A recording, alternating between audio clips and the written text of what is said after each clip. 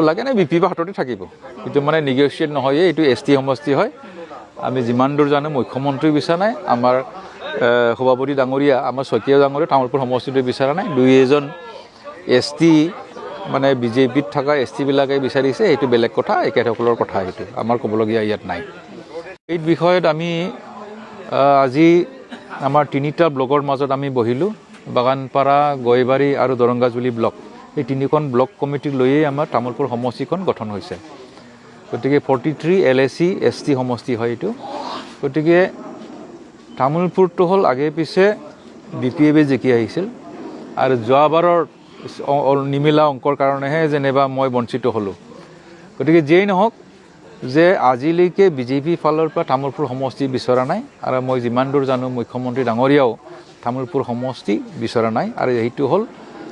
ST seat গতিকে 15টাৰ ভিতৰত 5টাটো হ'ল এসটি সিট এইটো নন নেগোচিয়েবল এইটো নেগোচিয়েশ্যন নহয় ইয়াত গতিকে বাকীবিলাকত কি ধৰণে এডজাষ্ট কৰে সেইটো বুজা পৰাৰ মাজত হ'ব গতিকে আমাৰ উদ্দেশ্যটো হ'ল যে আমি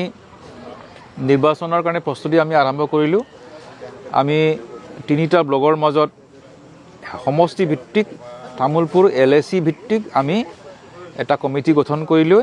আৰু নিৰ্বাচনৰ কাৰণে প্ৰস্তুতি আমি সেই কমিটিৰ জৰিয়তে আমি চলাম আৰু ঠিক তেনেকৈ তামোলপুৰ সমষ্টিক যাতে বিপিএফৰ হাতত ৰাখে আৰু প্ৰাৰ্থিত্ব বিপিএফৰ প্ৰাৰ্থীকে দিয়ে ইয়াৰ কাৰণে আমি হাগ্ৰামা মহিলাৰ ওচৰত সেই প্ৰস্তাৱটো আমি ৰাইজৰ হৈ ৰাখিম এই সিদ্ধান্ত আমাৰ আজি তিনিটা ব্লক কমিটি বিপিএফৰ মাজত এই সিদ্ধান্তটো হৈছে তেনেকৈ ওলা নাই তেনেকৈ বহুতে বহুত কথা কয় কিন্তু যিসকল আজি দাবীদাৰ হিচাপে তেনেকৈ ওলা নাই আৰু যোৱা PMB মিটিঙত বৰমাৰ যিটো PMB মিটিং মই নিজেই কৈছিলোঁ যে সময় হোৱা নাই গতিকে আমি বিচাৰোঁ যে এনেকুৱা এপ্লিকেশ্যন লৈ নপৰি এইটো সময়ত চিৰিয়াছ কেণ্ডিডেটবিলাক দিলে বেছি ভাল হয় নহ'লে ডিভিজনবিলাক এবাৰ আৰম্ভ হৈ গ'লে অলপ হ'লেও নষ্ট কৰে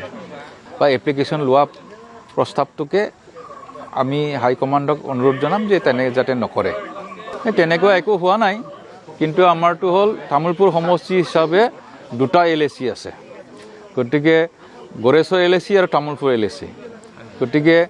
আমাৰ ডিষ্ট্ৰিক্টৰ সভাপতিবিলাকৰ এটা এলএসিত পৰি গ'ল গতিকে একেসকলে প্ৰথম পৰ্যায়ৰ একেসকলৰ গড়েশ্বৰ সমষ্টিৰ বিষয়ে আলোচনা কৰিলে আমি দ্বিতীয় পৰ্যায়ত আমাৰখিনি আলোচনা কৰিলোঁ গতিকে পূৰ্ণাংগ প্ৰস্তুতি আমাৰ চলি আছে এক্টিভিটিছবিলাকো চলি আছে আমি ৰাইজৰ মাজত গৈছোঁ সোমাইছোঁ আৰু আমাৰ ফালৰ পৰা আমি বিপিএফ হিচাপে কি কৰিব লাগে সেইবিলাক আমি ৰাইজক জনাইছোঁ আৰু ঠিক তেনেকৈ বৰ্তমান